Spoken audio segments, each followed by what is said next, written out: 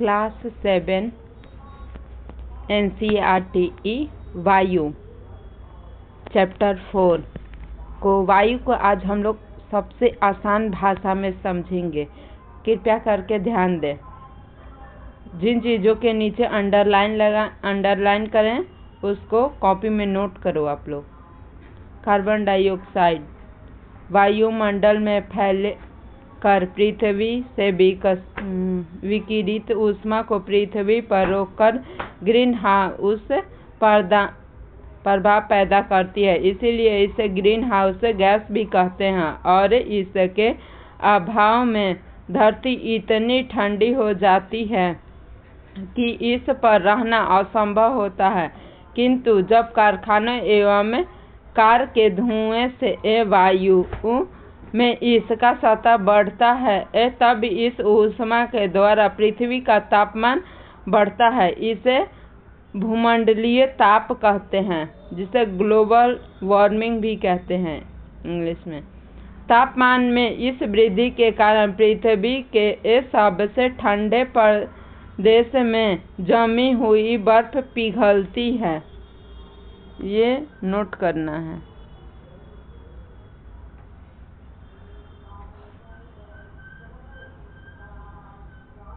इन सारी चीज़ों को आपको नोट करना है, जिसके परिणाम स्वरूप समुद्र के जल स्तर में वृद्धि होती है।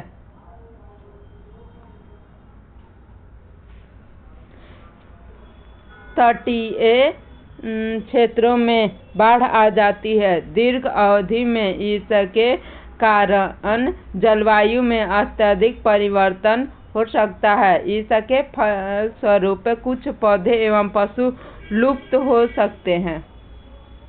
लुप्त होना मतलब गायब होना होता है। हमारी पृथ्वी चारों ओर से वायु की घनी चादर से घिरी हुई है, जिसे वायुमंडल कहते हैं। पृथ्वी पर सभी जीव जीवित रहने के लिए वायुमंडल पर निर्भर होते हैं। क्वेश्चन आएगा, पृथ्वी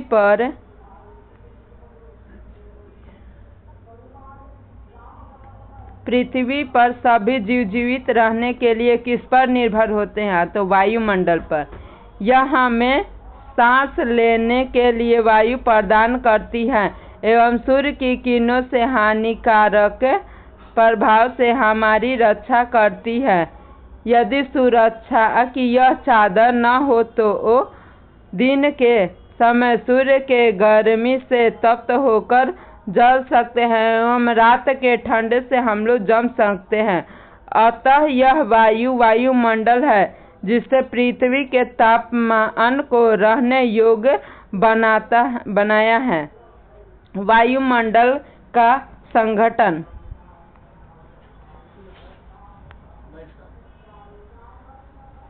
वायुमंडल का संघटन।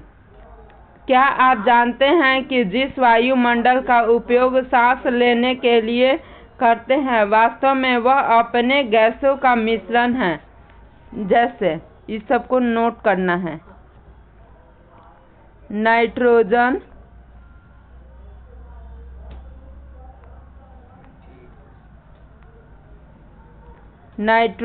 ऑक्सीजन दो गैसें हैं जिससे वायुमंडल का बड़ा भाग बना है। Carbon dioxide, helium, ozone, argon एवं हाइड्रोजन कम मात्रा में पाई जाती हैं।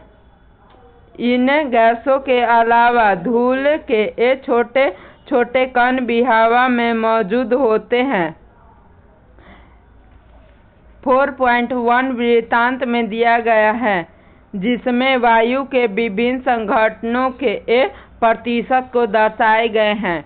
नाइट्रोजन 78%, ऑक्सीजन 21% और बाकी में अन्य गैस हैं। कार्बन डाइऑक्साइड 0.03%, ऑर्गन 0.93%, अन्य गैस हो गया 0.04%।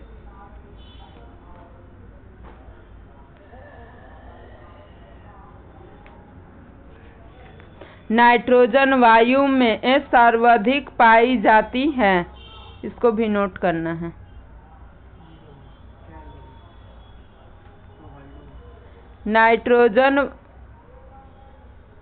नाइट्रोजन वायु में सर्वाधिक पाई जाने वाली गैस है। जब हम सांस लेते हैं तो अब फेफड़ों में कुछ नाइट्रोजन भी ले लेते हैं और फिर उसे बाहर निकालते हैं, परंतु पौधे को अपने जीवन के लिए नाइट्रोजन की आवश्यकता होती है। इस सारे चीज़ों को अंडरलाइन आप लोग भी कर लीजिएगा, कॉपी पे नोट कर लीजिएगा।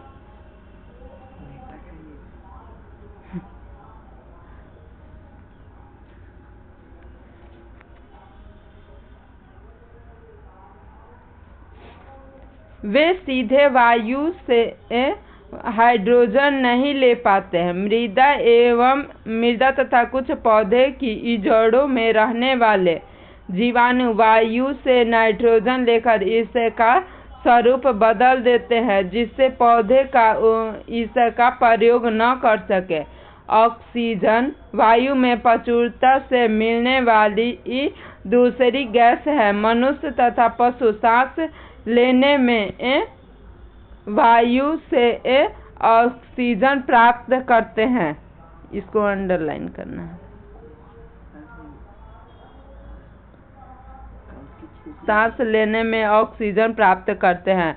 हरे पौधे पादप प्रकाश संश्लेषण द्वारा ऑक्सीजन उत्पन्न करते हैं। इस प्रकार वायु ऑक्सीजन की मात्रा समान बनी रहती है। यदि हम वृक्ष काटते हैं तो यह संतुलन बिगड़ जाता है। कार्बन डाइऑक्साइड अन्य गैस महत्वपूर्ण हरे पादप अपने भोजन के रूप में कार्बन डाइऑक्साइड का प्रयोग करते हैं और ऑक्सीजन वापस देते हैं। मनुष्य और पशु कार्बन डाइऑक्साइड बाहर निकालते हैं। मनुष्य और पशु द्वारा बाहर छोड़ी जाने वाली गैस कार्बन डाइऑक्साइड की मात्रा पादपों द्वारा प्रयोग की जाने वाली गैस होती है, जिससे यह संतुलन बना रहता है। परंतु यह संतुलन कोयला कारखानों ईंधन के जलने से बिगड़ता जाता है। वे वायुमंडल में प्रति वर्ष करोड़ों टन कार्बन डाइऑक्साइड की बढ़ोतरी करते हैं। परिणाम स्वरूप कार्बन डाइऑक्साइड का बढ़ा आयतन पृथ्वी पर मौसम तथा वायु को प्रभावित करता है। जब वायु गर्म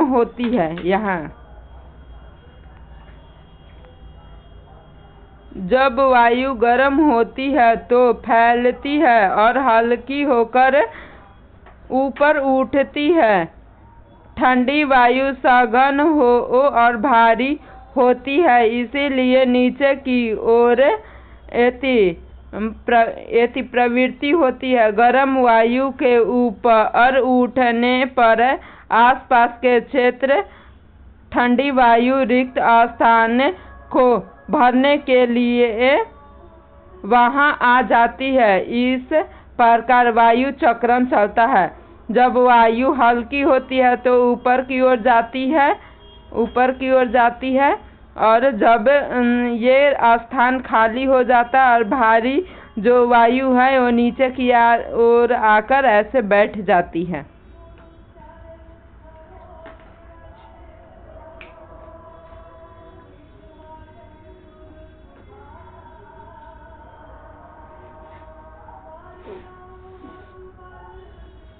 वायु की संरचना।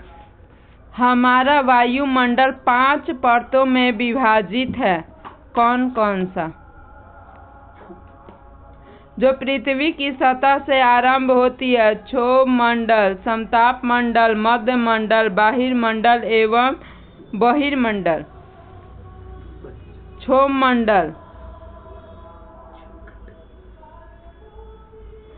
मंडल यह परत वायु की सबसे महत्वपूर्ण परत है और इसकी औसत ऊंचाई 13 किलोमीटर है।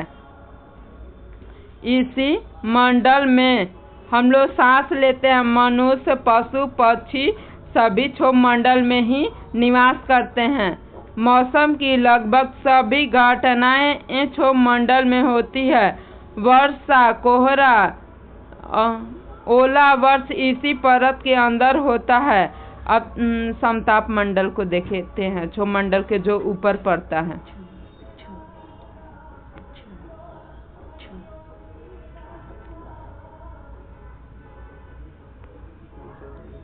समताप मंडल, क्षोभ मंडल के ऊपर का भाग समताप मंडल होता है। यह लगभग 50 किलोमीटर ऊंचाई तक फैला है।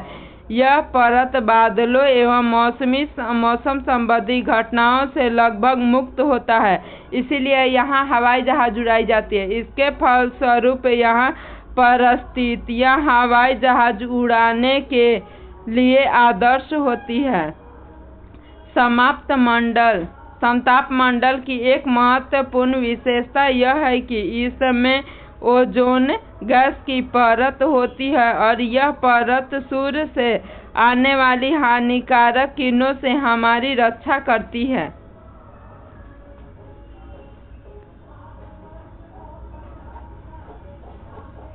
मध्य मंडल, मध्य मंडल वह वायुमंडल की तीसरी परत है। यह समताप मंडल के ठीक ऊपर है। यह लगभग 80 किलोमीटर की ऊंचाई तक फैली है। अंतरिक्ष में प्रवेश करने वाली उल्कापिंड इसी मध्य मंडल में आकर जल जाते हैं। अब देखेंगे बाह्य मंडल। बाह्य मंडल वायुमंडल में बढ़ती ऊंचाई के साथ तापमान अत्यधिक तीव्रता से बढ़ता है। आयन मंडल इस परत का एक भाग है। 80 से 400 किलोमीटर दूर तक फैला है, जिसमें रेडियो संचार के लिए इस उपयोग किया जाता है। वास्तव में पृथ्वी के प्रसारित रेडियो तरंगे इस तरंग द्वारा परत द्वारा पुनः पृथ्वी पर परिवर्तित कर दी जाती है। बहिर्मंडल वायु के सबसे ऊपरी परत बहिर्मंडल के नाम से जाना जाता है। यह वायु की पतली परत होती है। हल्की गैसों जैसे हीलियम एवं हाइड्रोजन यहीं से अंतरिक्ष में तैरती है। अब हम लोग क्षोभ मंडल के बारे में कुछ अलग से पढ़ेंगे। क्षोभ मंडल वो होता है जिस पर मानव निवास करता है। यहाँ पर पशु, पक्षी एवं पेड़ पौधे, पर्वत, चोटियाँ, माउंट एवरेस्ट, ये सब मौसम संबंधी घटना सब क्षोभ मंडल में होती है। और समताप मंडल जो होता है हवा से मुक्त होता है, इसीलिए यहाँ हवाई जहाज उड़ता है। यहाँ इसमें ओजोन परत पाई जाती है। किंतु समताप मंडल जिसमें उल्कापिंड आकर जल जाता है, जिससे हमारे शरीर को रक्षा हानिकारक किरणों से हमारी रक्षा करता है। बहिर्मंडल बाह्य मंडल इससे रेडियो तरंगे संचारित होती है। क्षोभ मंडल की ऊंचाई कितनी है? 13 वर्ग किलोमीटर की न तो समताप मंडल की ऊंचाई 50 किलोमीटर है और मध्य मंडल की ऊंचाई 80 से 400 के बीच।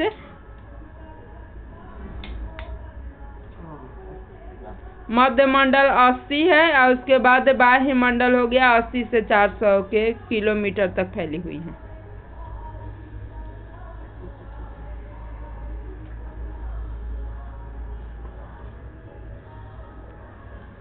मौसम एवं जलवायु। क्या आज वर्षा होगी? क्या आज दिन साफ होगा? और धूप निकलेगी। कितनी ही बार हमने क्रिकेट प्रेमियों के मुंह से एक दिवसीय मैच के भविष्य पर अनुमान लगाते सुना होगा। यदि हम कल्पना करें कि हमारा शरीर यह एक रेडियो है, क्या है, एक रेडियो है, और मस्तिष्क उसके स्पीकर है, तो मौसम वह है जो नियंत्रण बटनों से छोड़कर छेड़छाड़ करता रहता है। मौसम वायुमंडल की प्रत्येक घंटों तथा प्रतिदिन की स्थिति देता है। आर्द्र एवं गर्म मौसम किसी भी व्यक्ति को चिड़चिड़ा बना सकता है। अच्छा हवादार मौसम हमें आनंद देता है और हमें घूमने की योजना बनाना सकते हैं। मौसम नाटकीय रूप से प्रतिदिन बदलता है, किंतु दीर्घ काल में किसी स्थान पर औसत मौसम एवं उस स्थान की जलवायु बताता है। क्या अब आप समझ गए होंगे कि हम मौसम का दैनिक पूर्वानुमान क्यों करते हैं?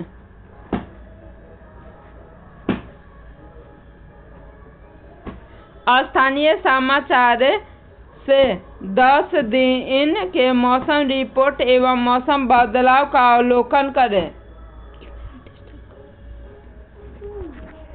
यह जानकर आपको आश्चर्य होगा कि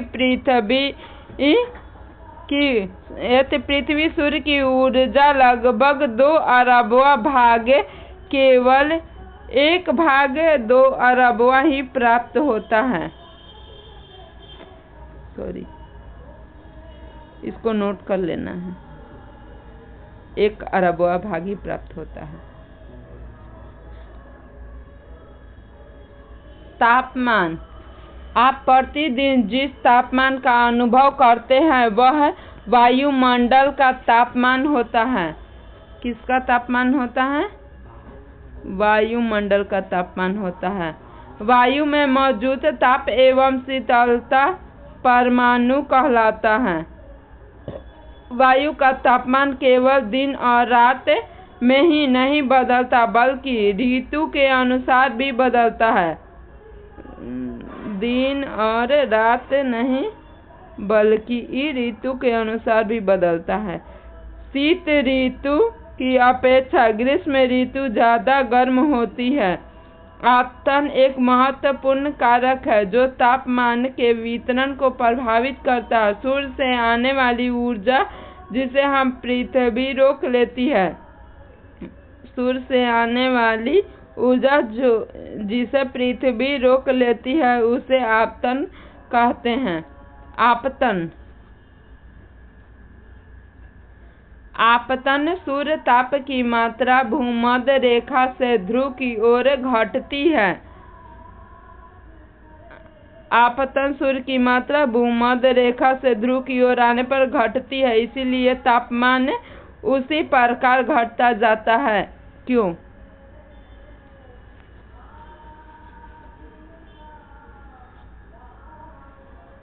तापमापी ताप मापता है।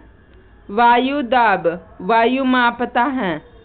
वर्षातापी वर्षा की मात्रा मापता है। वात दिग्दर्शी दिशा पवन की दिशा दर्शाता है। पवन मतलब हवा, किस ओर से हवा बह रही है, पूर्वी या पश्चिमी या अन्य मतलब हवा किस तरह से बह रही है उसके बारे में बताता है। पवन मतलब हवा होता है।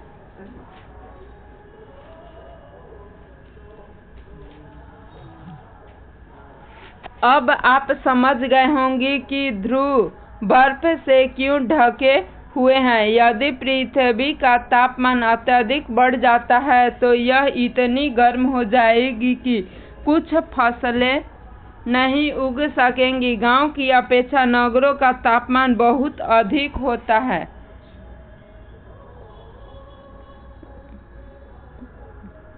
गांव की अपेक्षा नगरों का तापमान अधिक होता है। दिन के समय एस्फाल्ट से बनी सड़कें एवं धातु और कंटीन से बने भवन गर्म हो जाते हैं। रात के समय यह ऊष्मा मुक्त हो जाती है। नगर के भीड़ भाड़ वाले ऊंचे भवन गर्म वायु को रोक लेती है, जिससे नगर का तापमान बढ़ जाता है। वायु दाब। यह जानकर आपको आश्चर्य होगा कि वायु हमारे शरीर पर उच्च दाब के साथ बल लगाता है। वायु हमारा शरीर पर किस प्रकार बल लगाता है? उच्च दाब के साथ, किंतु हम इसका अनुभव नहीं करते। इसीलिए होता है कि वायु का दाब हमारे ऊपर सभी दिशाओं से लगता है और हमारा शरीर जो है विपरीत बल लगाता है। पृथ्वी की सतह पर वायु के भार द्वारा लगाया गया दाब, ये इम्पोर्टेंट क्वेश्चन है, आप लोग नोट कर लीजिए। जब हवा अपनी ओर से बल लगाता है तो हमारा शरीर विपरीत दिशा में बल लगाता है। पृथ्वी की सतह पर वायु के भार द्वारा लगाया गया वायु दाब कहलाता है। वायु दाब कहलाता है। वायु में ऊपर की ओर जाने पर दाब तेजी से गिरता है। वायु जो है ऊपर की ओर जाने पर क्या होता है? तेजी से गिरता है। समुद्र सतह पर वायु दाब सर्वाधिक होता है। कहाँ पर? समुद्र सतह पर। इसको भी नोट कर लीजिएगा। और ऊंचाई पर जाने पर यह घटता जाता है। वायु दाब क्षैतिज वितरण किसी स्थान पर उपस्थित वायु के तापमान द्वारा प्रभावित होता है। अधिक तापमान वाले क्षेत्र में वायु गर्म होकर ऊपर उठती है और निम्न दाब क्षेत्र बनता है। निम्न दाब बादल युक्त आकाश एवं नम मौसम से जुड़ा होता है। कम तापमान वाले क्षेत्रों की वायु ठंडी होती है। कैसे क्षेत्रों की वायु ठंडी होती है? तो कम ताप वाले। इसको भी नोट करना है। इसके फलस्वरूप यह भारी होता है। कैसा होता है? भारी। भारी वायु निमज्जित होकर उच्च दाब क्षेत्र बनाती है। उच्च दाब क्षेत्र बनाती है।